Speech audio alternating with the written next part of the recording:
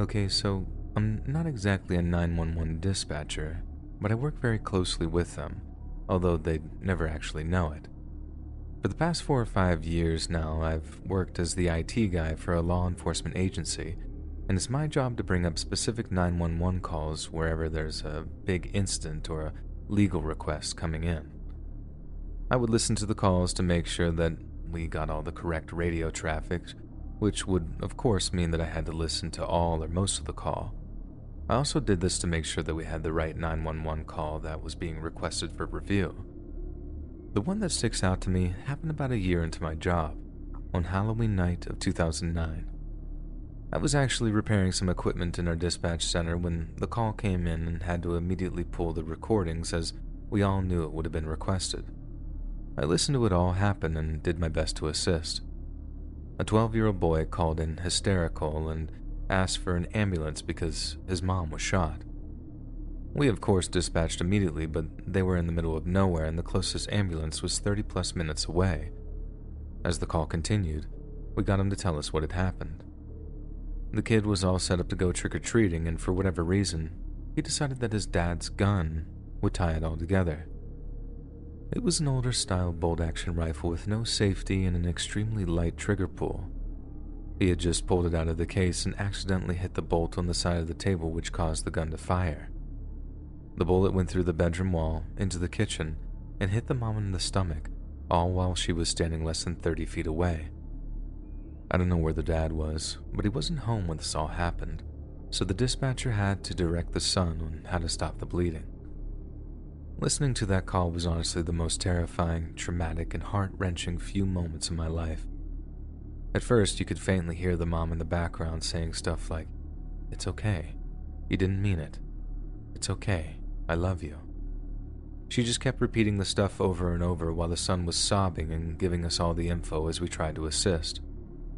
Towards the end of the call, the son was shouting over and over, "Mama.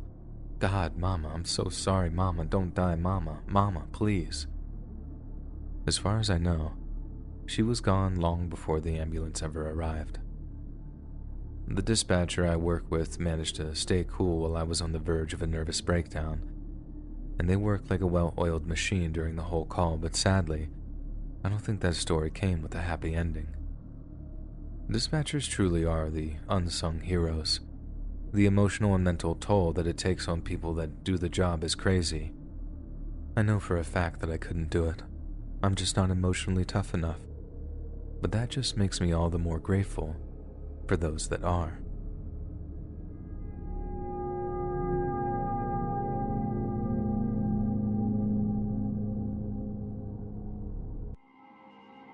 This story is told in the perspective of a female.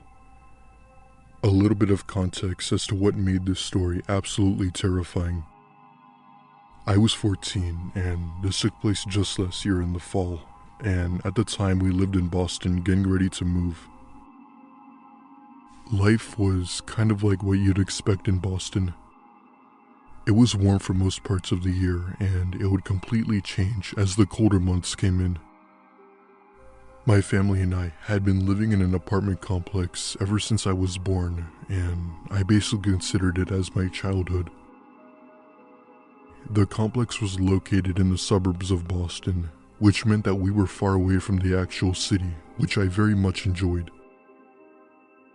Behind the apartments were some woods that went on for about a few miles, and beyond the woods was my old elementary school.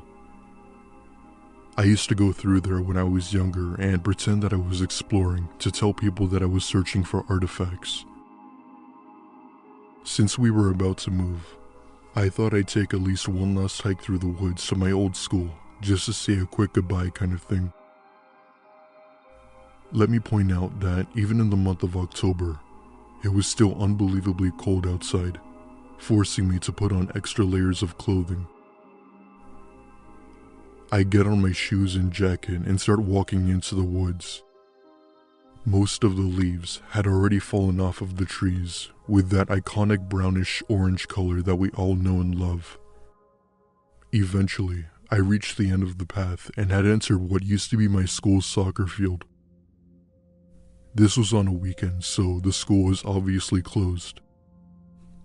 I'm walking over to the park area to maybe sit down on the swing when I noticed some guy I had never seen before sitting on one of the benches. At first, I got a bit disappointed as I thought it was a security guard and I would get in trouble for trespassing. But upon closer inspection, this guy didn't even look like one. In fact, he didn't even wear anything that resembled a security guard. This guy was wearing a pair of cargo pants and had a long white sleeve sweater on, and his hair was a mess. The thing I remember most about him was the fact that he had been fidgeting and having a few verbal tics. Since we lived in the suburbs, you'd have your fair share of creeps and weirdos every now and then, so I dismissed it as one of them. I sat on the swing, scrolling through Instagram and whatnot, when I looked to my left and see the guy walking up to me. The thing that caught me off guard was the obvious blank expression he had on his face, like he was doing something mundane, like taking out the trash or raking the leaves. I give him a friendly nod and go back to my phone. He keeps walking and eventually stops right in front of me and says the following. "Hey there, I've lost my dog and I can't find him. Can you please help me look for him?" I was skeptical at first, but being a person who absolutely adored dogs, I couldn't help but say yes. He then looked at me and gave me an unsettling smile while reaching out his hand as if he wanted me to come with him. It was at this point when I decided that there was something off about the situation. Even though there wasn't anything too off about his appearance or personality, something in my gut told me not to go with him. I quickly tell him that I forgot that I had a dentist appointment to go to and apologized. I know, not the best excuse, but I had to think of one fast enough before he caught on. As I'm getting up from the swing, his creepy smile turns into a frown. It was kind of like the look a child gives when they can't have a toy or candy. Coming from someone who looked to be in their late 30s, it was much more disturbing. As soon as I get up, he says 5 words that have haunted me till this day. "Okay, see you later, Courtney." He said my name. I have no idea as to how he knew or if he just guessed it. But needless to say, I walked away from there and eventually made it back to the complex. The next week, we had left Massachusetts and started to begin our new lives in Florida. I'm not sure if he had taken a lucky guess when he was getting my name right, or the possibility that he somehow knew.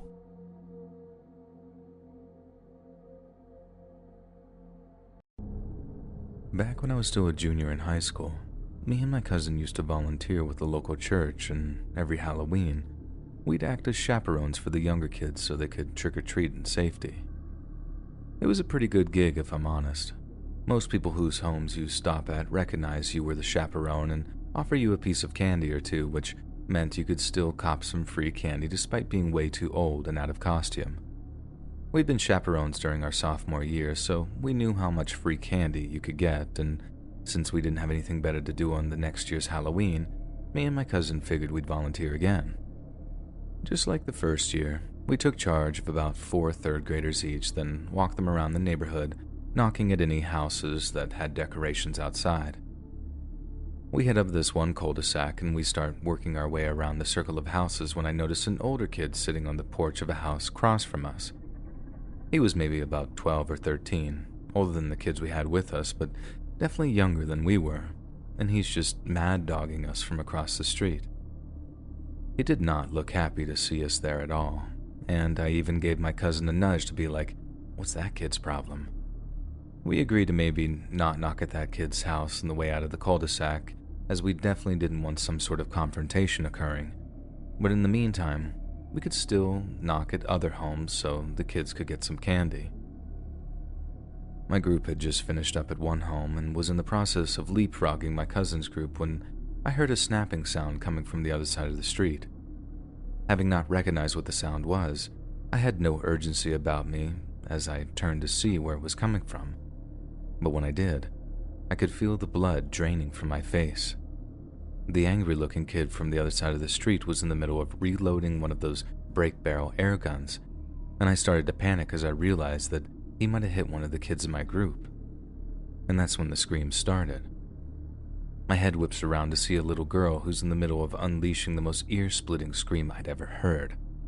She's pointing at another kid, one dressed as the blonde girl from that Frozen movie, who had a hand over her eyes with blood dripping out from underneath it. I remember going to complete panic mode. Not so much because of the kids were hurt, or even that her injury seemed like it was really bad. It was because I'd already seen the kid reloading. He didn't just shoot and run away. He wanted to keep shooting. My first thought was to tell the kids to run for cover, but before I could even get a word out, they were scattering in different directions. Meanwhile, my cousin had been wise enough to the kid shooting pellets at us from the moments he fired the first shot, and the kid only barely got another pellet into the barrel before my cousin just slammed into him. Both of them were sprawled out on the ground for a second. Then just before I ran away to help, my cousin wrenches the air gun away from the kid and starts beating the life out of him. I mean, absolutely knocking the snot out of this kid over and over again. What came next was just total chaos. People were coming out of their houses, drawn by the sound of the screams. Most didn't seem to know what was going on, and even tried to get my cousin off the shooter before he started yelling back at him about how he was the one who'd stopped the shooting. The cops took way too long to show up because there was no initial reports of gunshots or anything. That, and I guess they were super busy with it being Halloween. The EMTs showed up first, and it was while the little Frozen girl was being treated that I learned her injuries weren't that bad. I thought the little pellet the kid had fired had taken the poor thing's eye out. It turns out, it had struck her just around her eyebrow, and although there was a nasty gash, she hadn't been blinded, thank God. Once the injured girl had been taken off to the hospital and I had made about a dozen phone calls to a dozen different people, I finally led the kids back to our church, leaving my cousin to wait for the cops while still sitting on the shooter. My cousin said the whole time his biggest worry was the shooter's kids' parents appearing, but he was in that cul-de-sac for just over an hour, and not only did they not show up, but no one seemed to know who or where they were. He told me that after the cops arrived, they arrested the kid, asked him a few questions, and he passed on my cell number so they could talk to me too. I didn't realize it until talking to them, but I don't think I'd taken the time to properly process what had happened. So as I was breaking down what I'd seen before the kid fired, I ended up breaking down too. Like I said, the shooter was only maybe 12 or 13 years old, meaning he probably is either in juvie or some kind of program as I'm writing this.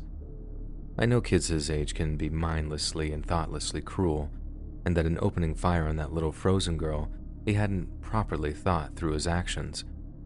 But I remember being that age, and I can't imagine having the hatred or malice in me to do anything like shoot an air gun at a little girl's head. It's no surprise to me that his parents weren't around, and I'm not trying to excuse his actions, but I've always wondered what the kid's home life was like for him to even think about hurting someone like that. I hope he was punished, don't get me wrong, but at the same time, I hope that kid gets the help he needs. Not so much because I feel particularly bad for him, which to be fair I do, is because if he doesn't get help, that little girl might not only be the innocent young female he ends up hurting.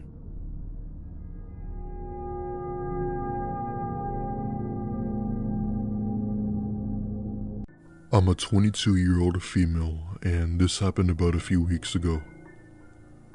For some context, I work at my local Starbucks as a barista and would oftentimes have to work super early in the mornings as I had classes during the afternoon and night.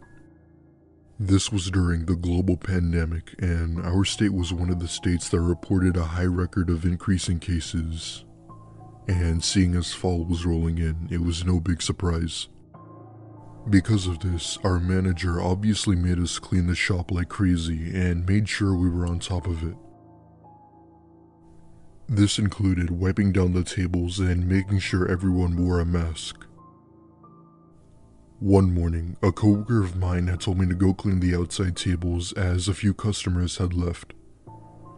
I put on my sweater and mask and start spraying the table when I look to my right and notice a guy sitting in his car in the parking lot. Now, this wasn't too strange as the Starbucks was located in the city, so you'd have a lot of people everywhere. I go back inside and continue my place at the counter when the guy from the car walks in. At this point, I realize that he was not a pleasant-looking man. His eyes were red and his skin was pale, and his hair was a mess. He came right up to the counter, and as usual, I greeted him with a, "Hi, welcome to Starbucks. What can I get for you?"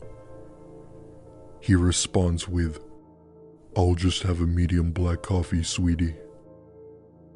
I awkwardly smile and tell him his total.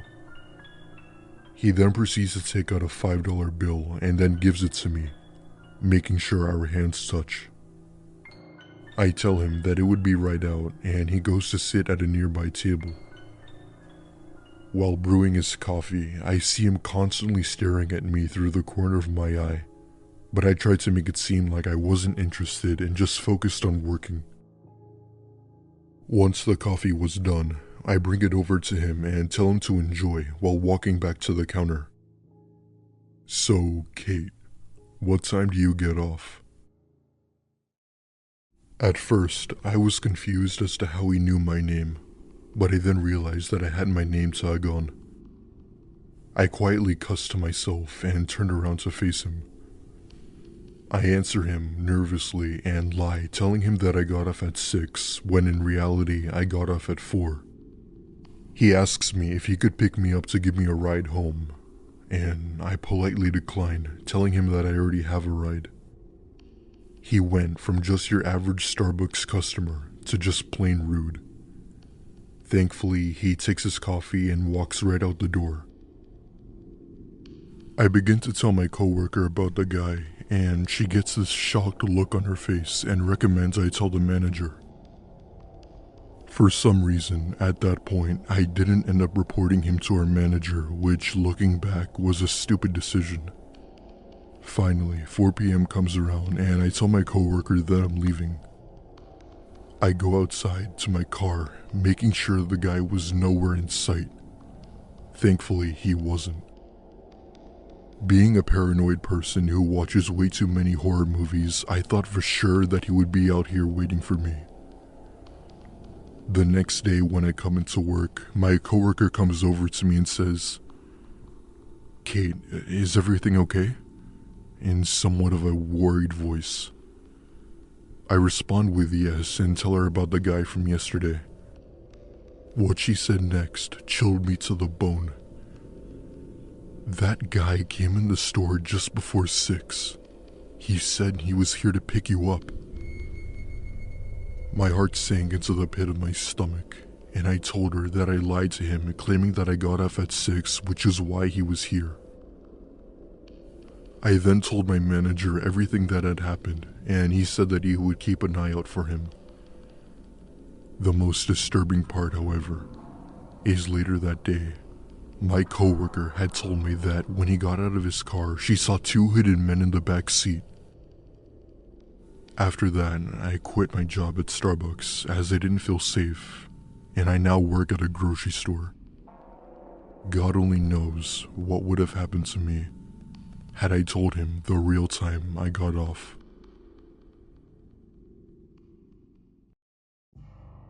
This took place in Norway during the autumn back in 2010 when I was in my teenage years.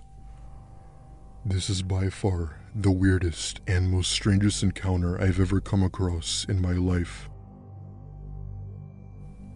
I lived with my grandparents at the time, as both my parents were verbally and physically abusive to each other.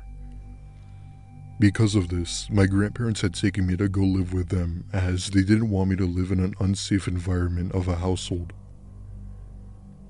My grandparents worked during the day, and even though I was young, they trusted me very well and would oftentimes let me stay home alone until they got back.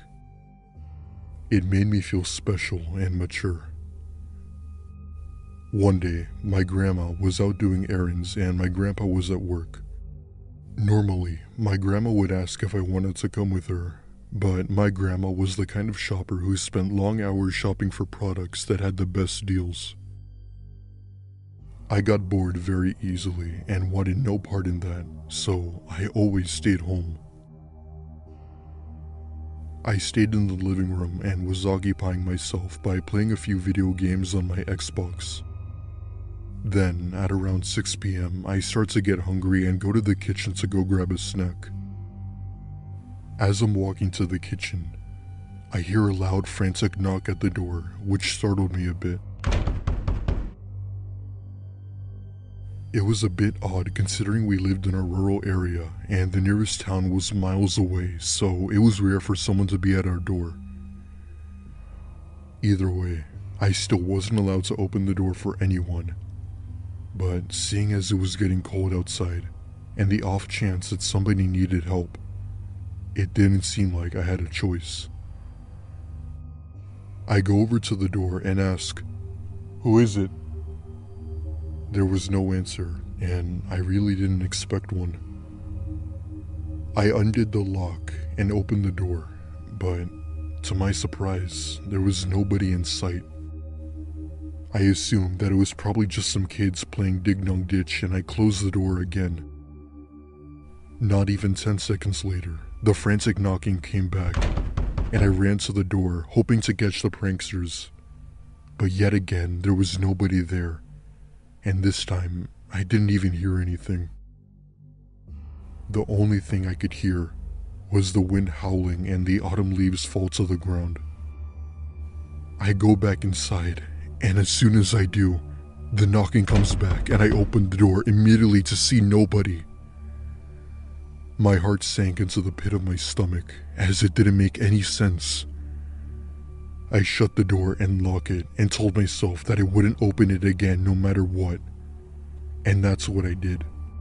I stayed up in my room until one of my grandparents got back, and I was still trying to process as to what the hell I just witnessed. An hour later, my grandma finally came back from shopping, but I never did tell her about the knocking.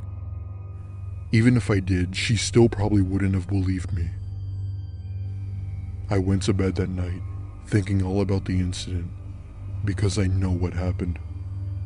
I just can't seem to wrap my head around it.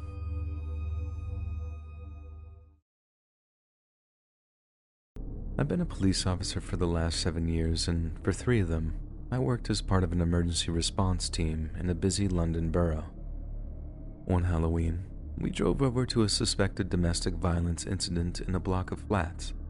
The informant was a woman who was in the middle of taking her kids trick-or-treating when suddenly they heard screaming and fighting coming from one of the flats.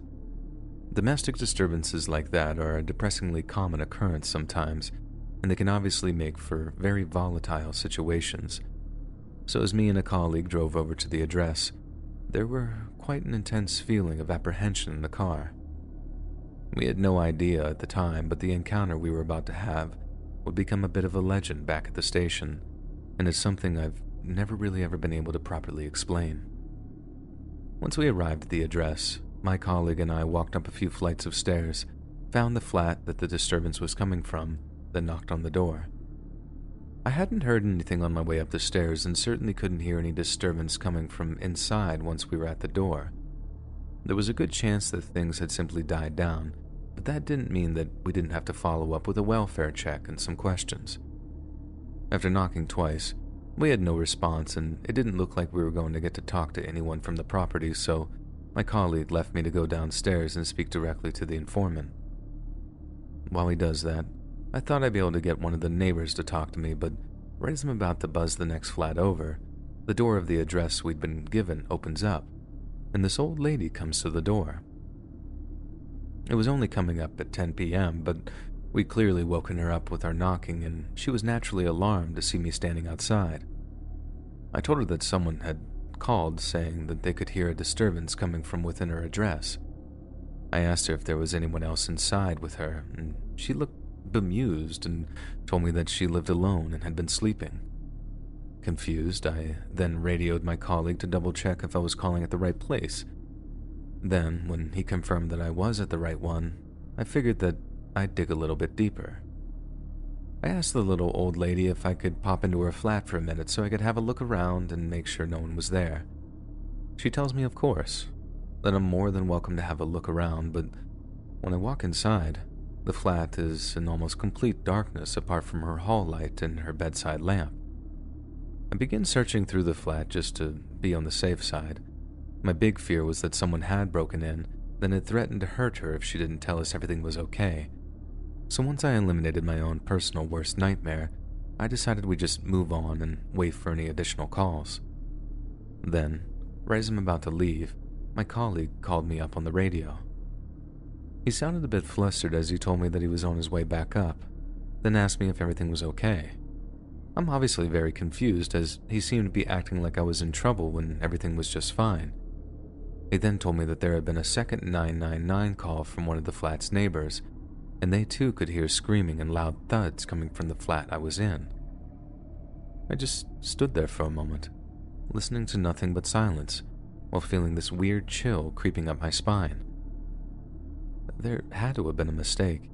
There just had to be, because although we got in our second call stating that there was an ongoing disturbance occurring, I was in the flat itself, and I couldn't hear a bloody thing. Once I'd actually confirmed that nothing was going on, we left shortly afterwards, having made a point of apologizing to the elderly woman for waking her. The week between Halloween and Bonfire Night tends to be a very busy time for us for obvious reasons, so it wasn't like we had too long to sit and reflect on what had just happened.